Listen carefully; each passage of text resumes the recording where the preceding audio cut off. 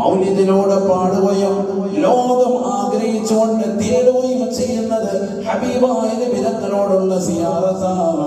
റബ്ബി വർസുഖ്നാ സിയാറതഹു ഖബല ഖബ്ദിർ റൂഹി വൽ ഖറജി. എന്റെ ശരീരത്തിന്റെ രക്തധമനിയിലൂടെ ഊട്ടപ്പെട്ടതായിരിക്കുന്ന ഈ ആത്മാവ് അത് അകലുന്നതിന് മുമ്പായി എനിക്ക് എന്റെ ഹബീബിന്റെ ചാരത്തേക്ക് ഒന്നെത്താൻ നീ തൗഫീഖ് നൽകണേ അല്ലാഹ്. ഇത് ദുആരക്കാത്ത വ്യക്തികളാരാ സഹോദരങ്ങൾ? അല്ലാഹു നമുക്കൂടെ എത്താൻ തൗഫീഖ് നൽകട്ടെ.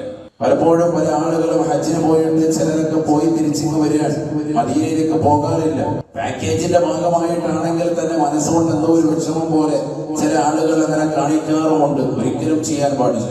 നമ്മുടെ ജീവിതത്തിന്റെ എല്ലാ നന്മകളുടെയും വെള്ളനിലം എല്ലാത്തിനെയും എത്തിപ്പെടാൻ കാരണദൂതർ ഹബീബ് മുഹമ്മദ് മുസ്തഫ സല്ലല്ലാഹു അലൈഹി വസല്ലം തങ്ങളാണ്.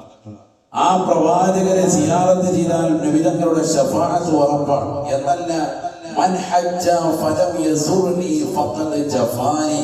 ഒരാൾ ഹജ്ജിന് വന്നു, മക്കയിലെത്തി, 450 കിലോമീറ്റർ അപ്പുറത്ത് മാറിക്കിടക്കുന്നതാകുന്ന മദീനയിലെ രാജകുമാരനെ കാണാൻ, നബിതങ്ങളെ കാണാൻ അവൻ സന്ദർശനം നടത്താൻ തയ്യാറായില്ല എങ്കിൽ ഫഖദ് ജഫാനി, അവൻ എന്നോട് പിണക്കം വെച്ചവനാണെന്നും ഹബീബ് മുഹമ്മദ് മുസ്തഫ സല്ലല്ലാഹു അലൈഹി വസല്ലം. ഹജ്ജിന് പോയിട്ടുള്ള ഹജ്ജമ്മമാരൊക്കെ മദീനയിലേക്ക് പോയിക്കൊണ്ടിരിക്കുകയാണ്. അല്ലാഹു അവരുടെ അമലുകളെ സ്വീകരിക്കുമാറാവട്ടെ.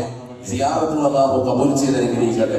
നമ്മുടെ കുടുംബങ്ങളിൽ നിന്നോ ബന്ധുക്കളിൽ നിന്നൊക്കെ പോയിട്ടുണ്ടെങ്കിൽ അവരുടെ നമ്പർ ഒപ്പിച്ച് ഒരു അസ്സലാമു അലൈക അയ്യുഹൻ നബിയ്യു വറഹ്മത്തുള്ളാഹി വബറകാതുഹു, അസ്സലാത്തു വസ്സലാമു അലൈക യാ സയ്യിദി യാ റസൂലല്ലാഹ് എന്നൊരു സലാം അവിടത്തേക്ക് പറയാൻ വേണ്ടി ഒന്ന് അറിയിക്കെങ്കിലും വേണം.